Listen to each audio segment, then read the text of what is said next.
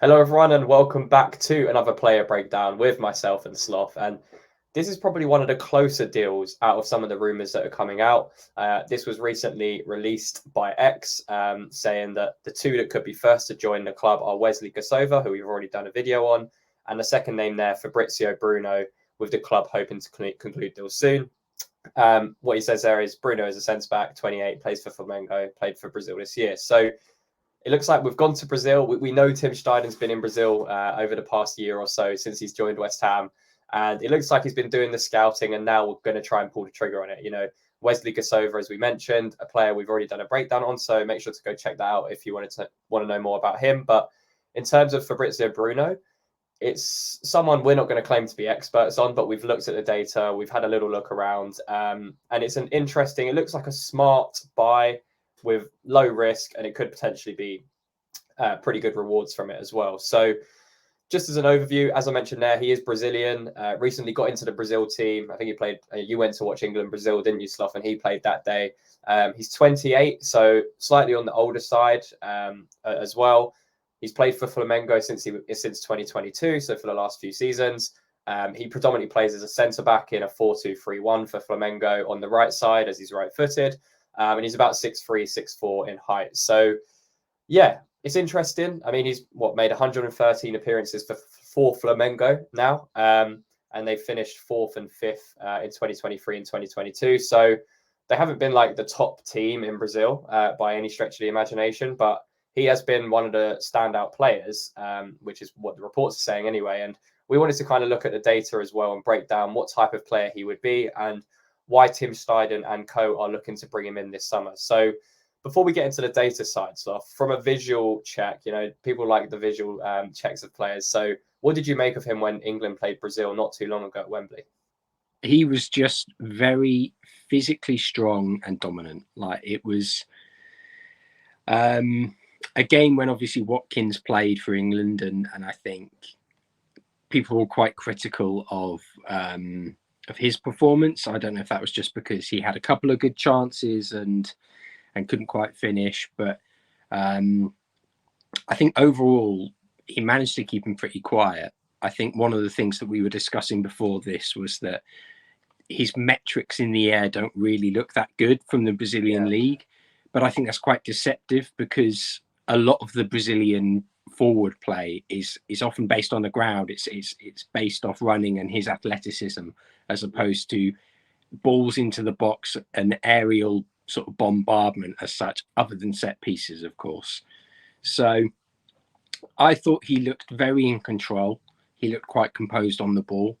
I'm not going to pretend like I remember it, like play for play as such, but you should do. Come on, you should be knowing who Bruno is, man. Come on. but yeah, he did. He looked very solid, and I think even my dad and I looked at each other and went, bloody hell, he's big. Like, he's a big old unit. But the other thing that we have to mention as well is that Suarez was asked who was the best player he played against in Brazil, and this is who he said. So that's very, very high praise indeed. 100%. You don't. I know it's not the Suarez of peak Suarez playing in Brazil, but he's intelligent enough to know who is a difficult challenge. And yeah, I think that physical dominance and assertion from the centre back, that is kind of the type of player he is. And yeah, just touching on the point there about aerial duels, like when we were looking at the overall statistics, this is from the 2023 Brazil season, and it compares with like the next 14. So excludes like the big five leagues. And has like the next one, so like the Championship, the second league in France, etc. You look at aerials one there, 1.38, and it's a really low percentile. But actually, just to caveat that, it's not aerial percentage one; it's just number of aerial duels won. So again, a team like Flamengo, who are competing high in the Serie A in Brazil, it's a league that's traditionally not known for hoofball. So is bound to be on the lower side of it compared to like a championship team, for example, which is what puts him in that lower percentile. Over only 1.38 aerial duels per game is quite low for a centre back, and it really is. But then you look at kind of the percentages. Let's start with that little one on the right hand side there, where we're breaking it down. So although he's only won 1.38 aerials per game, roughly, he's still winning around 60%, 61.8% to be precise, of those aerials. So I think he still needs to improve in his aerial game here, as shown from the stats. Like, he's not completely physically dominant. Someone like Saliba has like 70, 80%, just for like, context for those watching. But he doesn't really lose that many aerials either. He's in the high percentile there. So then you kind of look at the other defensive statistics. Challenges lost he's very minimal there. Dribblers challenged, dribblers tackled. But yeah, again, it's kind of difficult to look at that data and say, okay, it's this, because there's caveats to it, and because of the league he's in, comparing that with like the Championship, as I say, a lot more aerial physical battles that happen in the Championship compared to Brazil. So yeah, I think overall from that assessment is he does need to improve in winning. That percentage does need to get a little bit higher if he's going to want to come into the Premier League. It's obviously a league that would be new to him. He hasn't really got any European experience at all so far in his career. So at 28 years old, you kind of need to hit the ground running. Similar to Balbuena, when he came in, it was one of those types of smart signings that could work from South America. And I thought he did okay. He was pretty solid in moments. You knew what you were getting with him. No nonsense, physical at the back. And yeah, he did okay. But again, it wasn't like a success wow story. It was just someone that came in when we needed a centre-back as part of that rebuild. So yeah, I think what's your kind of initial assessment of those kind of statistics that we've just seen there, Sloth? I think it speaks volumes about how he plays. Obviously, as I mentioned, I've only seen him live once, so I'm not going to claim to be an expert. All the other knowledge I have is just from watching the odd game from Serie A in Brazil, and just bits of highlights. But he does seem to be that sort of cliche Brazilian defender of David Luiz or Alex, sort of comfortable on the ball, very good range of passing, and very quick. But in terms of the physical side of things, maybe just needs to be willing to stick his body on the line a little bit more and actually rough up the opposite number as such. I think he may not necessarily face the long balls as such, but that's something that any defender really needs to be aware of. So hopefully it's just a case of... With how the Premier League is heading, you look at the best teams in the league, Arsenal, Man City, how physically dominant they are in matches. It's especially Arsenal, their transition has been, because of their physical dominance, they're able to keep teams pinned in from their centre-backs. And, look at Gabriel and Saliba, they're very, very good physically. So I do think that's important as well, yeah. I think it's also just a case of him maybe needing to switch on a little bit more. And obviously, when you come to the Premier League, you don't have the chance to switch off. You're going to be under pressure from the whistle, like as soon as the whistle blows. So yeah. If we can make sure that we're getting him up to that level, if it's a transfer for a smallish fee as rumoured, I think it could be a really, really good deal.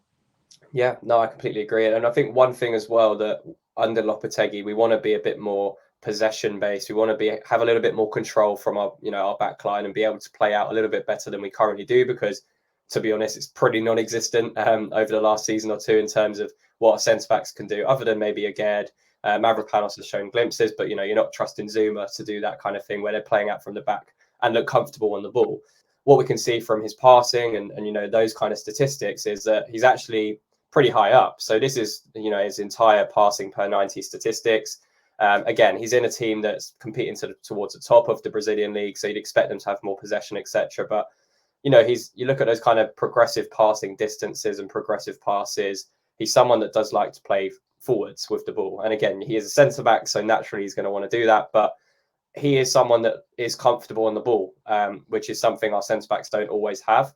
And again, the pass types, you can see here kind of the breakdown of what types of passes he's trying to do. Live ball passes just when it's in play.